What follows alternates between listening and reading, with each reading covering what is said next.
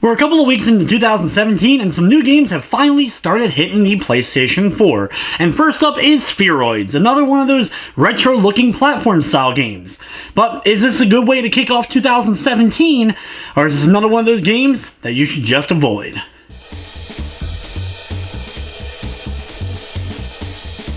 Spheroids, not to be confused with Spheroid, which is another game that came out in the last couple of years, is a retro aesthetic action platformer that has a heavy influence from the likes of the Super Buster Brother games. In Spheroids, you're playing as Lucas, who travels to 8 different worlds with 32 levels in total, blasting the evil, maniacal spheroids using your powerful drill gun while traveling to real-world locations like Russia, Brazil, and Egypt.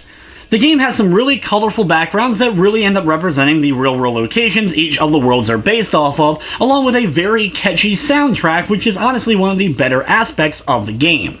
The gameplay starts off rather simplistic with just movements, jumping, platforming, and of course busting the enemies using your drill gun. You'll make it to small little arenas where you'll have to destroy all the creatures currently within the barriers, and once you defeat them all, the barriers will go away and you'll be able to continue on in the stage. As you advance to different levels, you'll gain some new abilities like a hook shot, which will be able to allow you to swing from area to area and attach yourself to walls, and you'll also even get stuff like zero gravity boots to walk on the ceiling for short periods of time. There's a decent variety to the enemies in the game, with not only different types of the spheres, but the way they end up reacting to your shots. Some will just pop immediately, other ones will of course start to break off into smaller versions, other ones can break off into smaller versions and reform, and even other ones will be able to slam down on you once they get a high enough amount of air. The game does a decent enough job of adding in new elements as you're progressing. You don't get everything kind of all at once. So basically you'll beat a level or world and then get something new thrown into the mix with always a cutscene before you are introduced to that particular new hazard, such as enemies you may not be able to destroy that you're going to be chased by, or whatever new gadget you end up being equipped with. While you're taking on enemies throughout the course of the levels, you will be able to get a few power-ups here and there. There are shops, usually at the beginning of each levels and sometimes throughout, that you'll be able to buy upgrades for your character, such as more life or a more powerful shield or weapon, as well as you'll get a little bit of power-ups during the course of battles, such as a timer that will slow everything down, or a dynamite that will destroy a bunch of the enemies currently on screen. The game features a very laxed difficulty without options to really change things up between different settings, and you'll be having a checkpoint pretty much every big battle, in which case when you end up dying you'll just be sent to that previous checkpoint and be able to continue on without the enemies even resetting. So you may be in the middle of a big fight, die, and then you can come back and all the enemies you've already destroyed will stay destroyed, making it a pretty easy overall experience.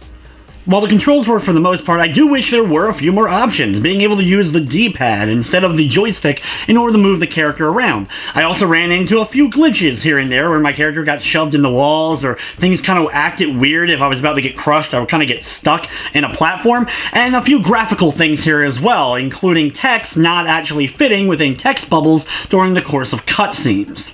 But with that said, thankfully the game didn't crash or slow down at any point during the course of my gameplay. Spheroids is available for $7.99 on the PlayStation 4. It does not feature a full trophy list or platinum, but does have an easy 100% if that's something you may be interested in. The game overall, though, is a pretty simplistic, easy experience, taking me only 2 to 3 hours in order to complete the main campaign, without many other options to really tackle once you have beaten the game. In the end, if you're somebody who enjoys Buster Brothers or Pang, you'll probably dig what they're trying here with Spheroids, but I think even for action platformer fans that like the retro aesthetic, it's a very forgettable title. There are a few problems here and there as well to just hamper the overall enjoyment factor. So with all that said, I'm going to be giving Spheroids a 4 out of 10. But anyway guys, that's going to wrap up this review. I'd like to thank you for watching, and of course I hope you enjoyed.